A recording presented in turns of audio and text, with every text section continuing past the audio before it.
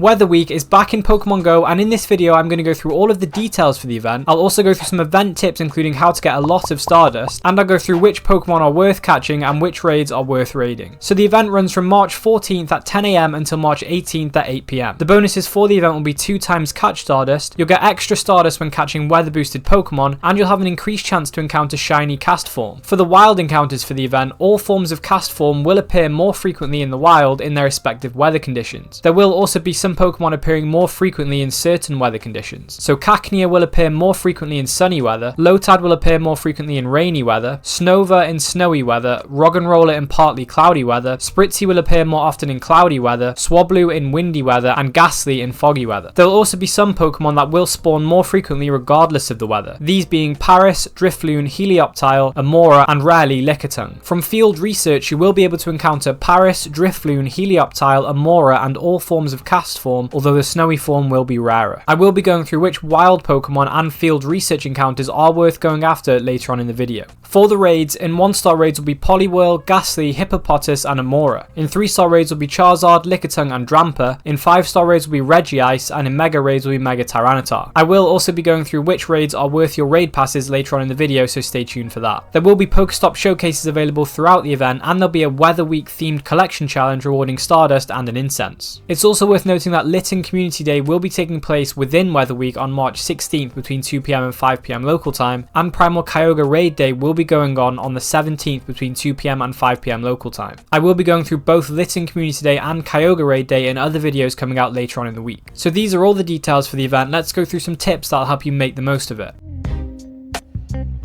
With the 2 times catch Stardust and the increased Stardust from catching weather boost Pokemon, this is a great event for building Stardust. Without any boost, you get 100 Stardust for catching a basic Pokemon, 300 for a first stage Pokemon, and 500 for a second stage Pokemon. A weather boost will give you 1.25 times a normal Stardust when you catch a Pokemon, and for the event it will be even more Stardust for these weather boost catches, although we don't actually know how much extra that will be. This will then be doubled with the 2 times catch Stardust bonus, and you can use star pieces on top of that for another 1.5 times Stardust. If you are trying to build Stardust, one of the boosted wild spawns for the event, which is also available in field research, is Paris. This Pokemon gives a base Stardust of 500 per catch instead of 100, which will be a base of 1000 Stardust per Paris catch with the 2 times catch Stardust bonus for this event. Paris is also weather boosted in sunny and rainy weather, and with all of these bonuses and a star piece as well, you could get up to around 2000 Stardust per Paris catch. This also does depend on how much increased Stardust you get from catching weather boosted Pokemon. So if you are out playing this event to build Stardust, I do recommend using star pieces, and remember you can also use Dialga's Roar of Time to extend the amount of time a star piece is active if you have the resources to do it. I also recommend quick catching so you can catch more Pokemon within the star piece's time limit. If you are looking to complete the shiny family for cast form, then this will be the event to do it, with cast form appearing more frequently in all of its forms. So when it comes to XP, there are no specific XP boosts, but if you are out playing the event building Stardust, it could also be worth using lucky eggs as well, so you're getting double XP whilst you're getting all this Stardust. Also, if you do decide to use Origin Dialga's Roar of Time to extend the duration of star pieces, it would be worth using a lucky egg and an incense at the same time, so you get more value out of using the Roar of Time, because it will pause the timer for all of these items at the same time. To use Roar of Time, it is however pretty expensive, costing 5 Dialga Candy and 5000 Stardust to extend timers for 6 minutes. However, if you do decide to hold on to your lucky eggs for when there are some XP bonuses, then I would recommend using them during Litten Community Day on March 16th,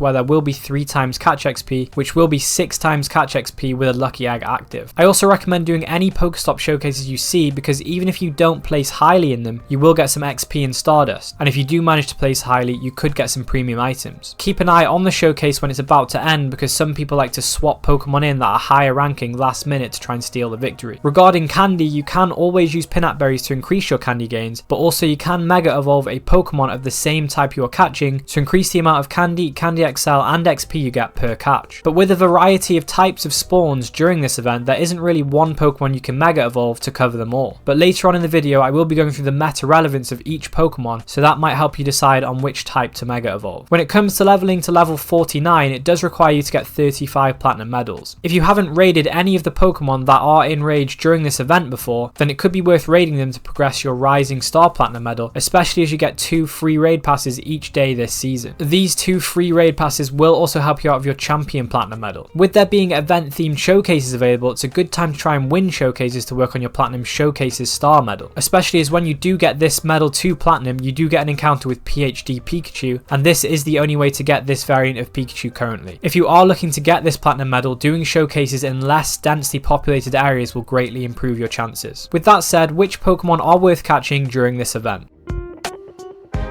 So firstly, Snover is worth picking up because Mega Abomasnow is a top 10 ice type attacker, and Abomasnow is ranked 99 in the Great League with 0, 15, 15 IVs, and it is ranked 49 in the Ultra League with 3, 15, 14 IVs. Both of these IV spreads are obtainable from wild encounters with there being no IV floor, so a good time to hunt for a PvP Snover. Roggenrola is also a decent spawn because Gigalith is a decent budget rock type attacker. Swablu is available, and Altaria is ranked 69 in the Great League with 0, 14, 15 IVs, which could be worth picking up, especially as it is a wild spawn with no IV floor, making the perfect PvP IVs a lot more accessible. Ghastly will be available, and it is worth going after because Mega Gengar is the best ghost and poison type attacker in the game. Gengar is also ranked 79 in the Ultra League with 0, 15, 14 IVs. So Paris will be available, and it's well worth catching because of the boosted Stardust it gives, like I mentioned previously. Amora is another good spawn for the event, with Aurorus being ranked 80 in the Great League with 0, 12, 13 IVs, and it's ranked 53 in the Ultra League with 0, 15, 15 IVs. I would recommend trying to get a Go Battle League Amora from the wild where there is no IV floor instead of field research or raids where there is a 10, 10, 10 IV floor, so it's a lot easier to get a lower attack IV. Lickitung will be available rarely in the wild, and it is one of the best Pokemon in the Great League, being ranked 2 with 8, 14, 15 IVs. It does also have a perma boosted shiny rate of 1 in 64, so if you are hunting that shiny, it's probably a good time to do so in this event. None of the cast forms have any meta relevance, but they will have boosted shiny rates, so worth shiny checking at least if you want the shinies. So these are the Pokemon that are worth catching in the wild and in research during the event, but which Pokemon are worth your raid passes?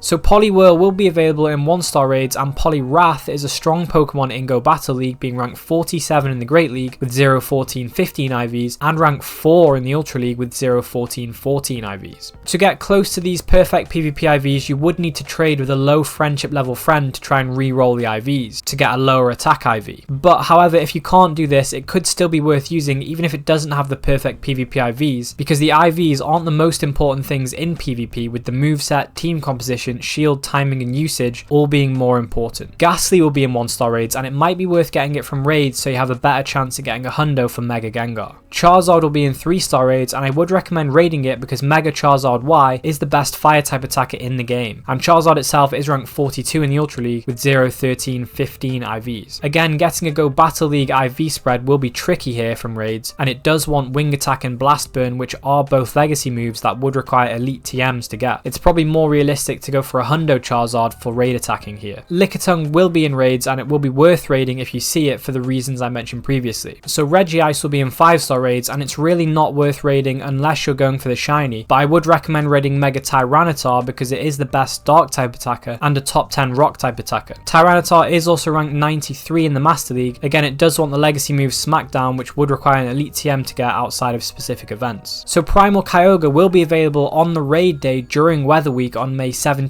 between 2 PM and 5 PM local time, and I would highly recommend raiding this Pokemon, not only because you get 5 additional free raid passes from spinning gyms on that day, but also because Primal Kyogre is the best water type attacker and one of the highest damage dealing Pokemon in the game. When it's in its primal form, it will be able to boost water, electric and bug type attacks as well, so it's also useful in that respect. Kyogre itself is also ranked 24 in the Master League, so overall a very good Pokemon and well worth raiding on that day. It is also remote raidable for those that can't get out to raid it in person. Doing these raids on Primal Kyogre raid day is also a very good idea if you're going for the shiny, because instead of the 1 in 20 shiny odds that Kyogre normally has, it will actually have a 1 in 10 shiny rate on this raid day. Like I mentioned before, I will be going through all of the details, tips, counters, etc. for Primal Kyogre raid day in another video coming out later on in the week. If you like this video, then check out these videos next.